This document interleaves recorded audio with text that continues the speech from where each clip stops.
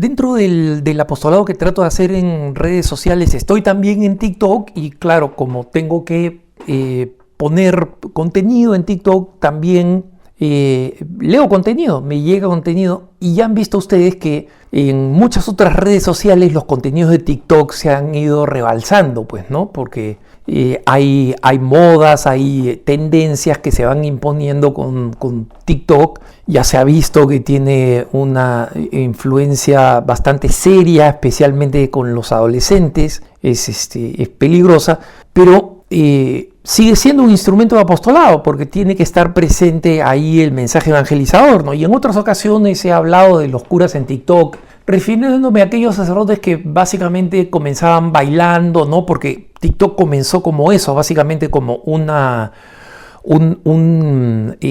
red social narcisista, ¿no? Para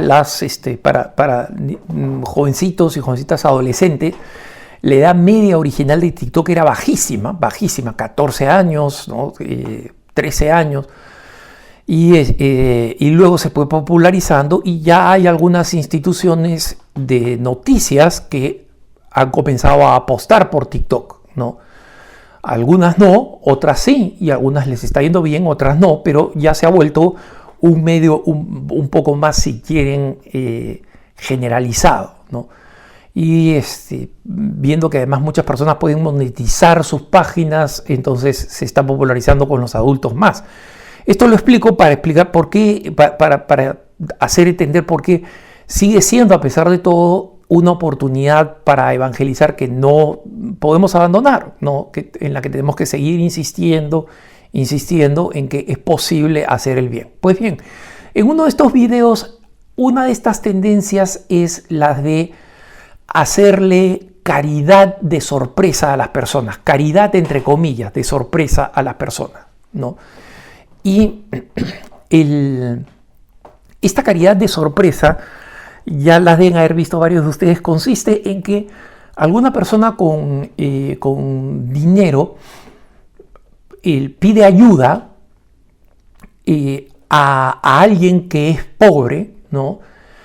Oye, perdóname, mira, me falta $1 para poder completar esta situación, para poder comprarme un pasaje en el autobús. ¿Me puedes dar algo de dinero, aunque sea para comer algo, porque tengo hambre, ¿no? Y las personas que le dicen, no puedo, pues nada, no hacen nada. Pero la persona que es de modestos recursos le dice, mira, solamente tengo esto, pero te lo doy. Entonces inmediatamente lo sorprende. Muchas gracias, en realidad esto es un experimento social y te voy a dar...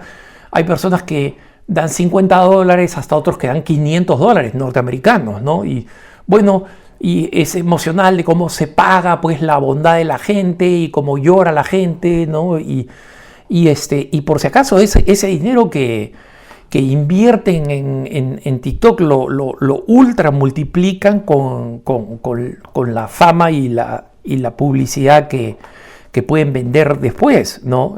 Porque los usan para YouTube, los usan para varias redes sociales y los monetizan muy bien. Y ese es un problema, ¿no? La última experiencia que vi de esta naturaleza, pues a la joven tiktokera que hizo bueno, le voy a pagar la despensa, digamos, la compra de la semana a alguien, o la compra pues de los alimentos en un supermercado a alguien, ¿no? Así de sorpresa. Entonces, primero que, como digamos es una señorita que aspira a ser una modelo, pues bien parecida y vestida de manera más llamativa que digamos que no, se asegura, y es una persona pues de una posición social que le permite hacer estos regalos. Ella no quiso ir a uno de estos centros comerciales que están en zonas de gente muy pobre, ¿no? Sino que fue a uno que le quedaba cerca de su casa, y su casa está pues en un barrio bueno, ¿no? Entonces, lo que termina sucediendo es que que cuando ella le ofrece a cada persona que está ahí, que también es del mismo barrio, en consecuencia gente que es relativamente acomodada, que puede pagar, y que se le acerca a una chica pues con un celular grabando diciendo, oye, quiero pagarte tus compras. O sea, lo que recibe son desde unos 2 o 3 no cordiales, no, muchas gracias, hasta, oye, ¿qué te pasa? ¿Tú por qué quieres, por qué te estás metido conmigo? ¿Por qué estás invadiendo mi privacidad? O sea, gente que reacciona mal, ¿no? Y porque hay gente que no está en esa situación de necesidad, que los que saben explotar esa situación la explotan, ¿no? Y en otras ocasiones me he referido a este tema porque realmente esa es la corrupción suprema de la caridad, hermanos. Porque la caridad no es autorreferencial, no es lo que yo hago, no. Yo les he compartido muchas veces cómo estoy vinculado con este maravilloso apostolado de Christ in the City, o sea, de Cristo en la ciudad, que se dedica a la atención personal, a la evangelización y a la recuperación de personas sin techo, que es un tema que se ha agravado tremendamente en los Estados Unidos y donde este apostolado ya está en 2 ciudades, en Denver y en Filadelfia, son dos ciudades que tienen problemas serios de personas sin techo, ¿no? Que está vinculado ciertamente con el consumo de drogas, con problemas psiquiátricos serios y con otros temas similares, ¿no? Entonces, la cosa se puso particularmente seria, digamos así, después de la pandemia, y cuando los misioneros de Christ in the City pudieron volver a la totalidad de sus servicios, se encontraron que el problema se había agravado en número y en profundidad, ¿no? O sea, la seriedad de los casos y el número de personas en la calle es simplemente en algunos lugares inmanejable, literalmente. La ciudad no puede hacer nada, las autoridades no pueden hacer nada, es inmanejable, ¿no? Y el asunto es que muchos de estos jóvenes que vienen con un excelente corazón a servir por un año, a voluntariar un año, y más del 50% de estos jóvenes hacen un segundo año de voluntariado, se dedican 2 años de su vida a trabajar por los sin techo en Christ in the City. Estos jóvenes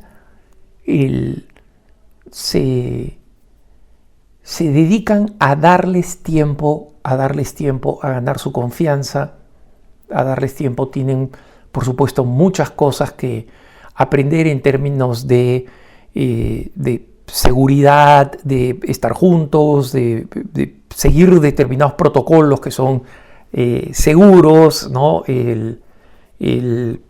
Existe una experiencia importante, por si acaso, no salen a la calle así sin saber qué cosa van a hacer, a ver qué cosa dan, ¿no? Reciben una buena formación. Pero un componente muy importante que los hermanos y hermanas que están comprometidos en la formación de estos misioneros es hacerles comprender que en el acto de caridad que ellos están haciendo generosamente, ellos no están en el centro, sino que el centro es Cristo, que están encontrando, abrazando, oliendo, ¿no? Alimentando. Y digo oliendo porque hay muchas personas que simplemente no soportan el olor del pobre.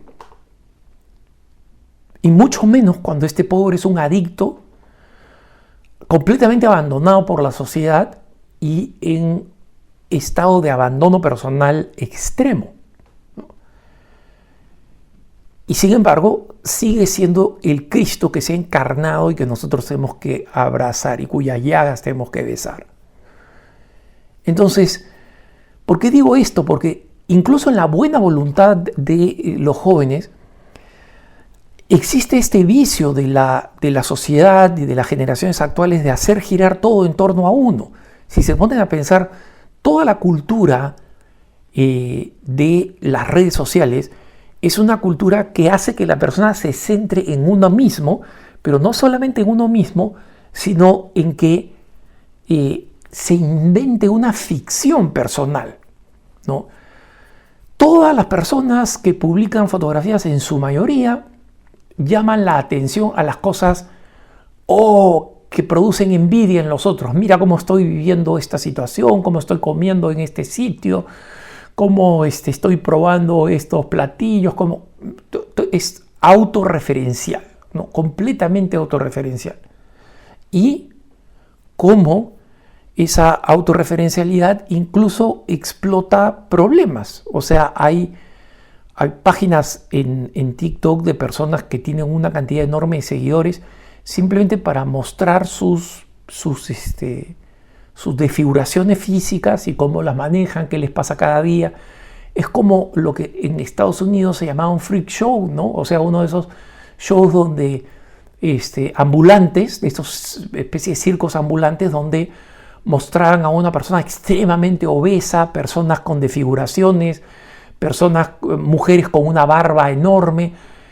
O sea, este circo de los horrores, donde la gente pagaba simplemente para ver desfiguraciones humanas, ¿no? Y entretenerse con las desfiguraciones humanas. Eso se acabó cuando se recuperó el sentido de la dignidad de los derechos humanos, pero ahora es autoinfligido. O sea, hemos vuelto a eso de manera virtual con escenarios y con una audiencia potencial muchísimo más grande que la de los pueblitos donde estos freak shows iban, pues. Entonces, no es fácil que los jóvenes que han sido protegidos en una sociedad también cada vez más peligrosa, ¿no? Donde ha aumentado la criminalidad, el riesgo, el tráfico de personas, los secuestros. Entonces, no se puede echar la culpa a los jóvenes puramente por el hecho de que hayan vivido en un ambiente de papás helicóptero, ¿no? Como les llaman, que están pues sobrevolando sobre ellos todo el tiempo a ver en qué andan, qué cosas están haciendo, que por supuesto los protege, pero en general terminan produciendo una inclinación muy fuerte de decir, bueno, yo vengo aquí por esta experiencia para ver cómo experimento y cómo yo puedo vivir y están dispuestos a pasar por sacrificios importantes. Ojo, este apostolado es muy duro, pero todavía existe una autorreferencialidad de los que estos muchachos son realmente sanados. Pero ese proceso de sanación comienza con hacerles entender que el centro de toda esta experiencia de Christ in the City, a pesar de que los misioneros viven en una gran comunidad, ¿no? Varones y mujeres separados, reciben formación, reciben una atención espiritual, tienen misa diaria, tienen una excelente atención. Ellos no son el centro de la experiencia. El centro de la experiencia es Jesucristo para ser servido en los pobres. Porque cuando nosotros nos ponemos a pensar qué hizo que se multiplicaran las congregaciones y organizaciones religiosas al servicio de los más pobres en sus distintas formas, niñas abandonadas, huérfanos, personas con discapacidades, de todo tipo, ahí surgió una congregación religiosa. Y estas congregaciones religiosas fundadas por santos y santas decían, allí está Cristo. Es que veían a Cristo en estas personas. No fue una preocupación social, no es que acá hay una situación de injusticia que vamos a transformar. No era un diálogo, no era un lenguaje sociológico el que los movía, es Cristo. Y la Madre Teresa de Calcuta, por ejemplo, Santa Teresa de Calcuta, cuando ella fue llamada de la congregación de las Hermanas de Loreto a la que pertenecía, de origen inglés, ¿no? Que enseñaba y educaba a gente de clase media alta y alta en la India, ¿no? Como en un viaje de tren, Jesucristo es la que le dice, yo quiero que vayas a servirme a mí como lo estás haciendo, pero en los más abandonados. No es una experiencia sociológica, ella vivía en la India, ya veía la pobreza extrema, ya veía la desesperación, veía los muertos en la calle, veía todo eso. No fue una experiencia sociológica, fue un llamado de Jesucristo. Entonces nosotros los cristianos tenemos que recuperar, ahora que se está falsificando la caridad para convertirla en este tipo de espectáculos, tenemos que recentrarla en Jesucristo, en la caridad de Jesucristo. En volver otra vez a la importancia del Evangelio, de que lo que hace tu mano derecha, que no lo sepa tu mano izquierda, que nosotros hagamos los actos de caridad buscando el 100 por 1, no el reconocimiento social, porque una y otra vez Jesucristo nos repite, si buscas los aplausos acá, los estás rechazando en el cielo, estás recibiendo tu pago acá, no tu compensación eterna. Entonces que nadie sepa, y allí en lo secreto Dios te lo recompensará, como dice Jesús cuando habla del ayuno y de la limosna. Entonces volvamos a ese sentido de la caridad cristocéntrico. Estamos sirviendo a Jesucristo porque lo descubrimos en los más necesitados. Lo descubrimos en el hermano, lo descubrimos en el prójimo, en cualquiera que es el próximo. De ahí viene la palabra prójimo, el que está cerca de mí, en mis familiares, allí donde puedo cristianizar, es decir, demostrar que estoy viendo a Cristo en estas personas. Por más poco atractivas que esas personas sean por su aspecto físico, por sus razones psicológicas, por lo que me han hecho en el pasado, por lo que sea, yo soy capaz de descubrir a Jesucristo y servirlo con profundo amor. Que tengas un buen día.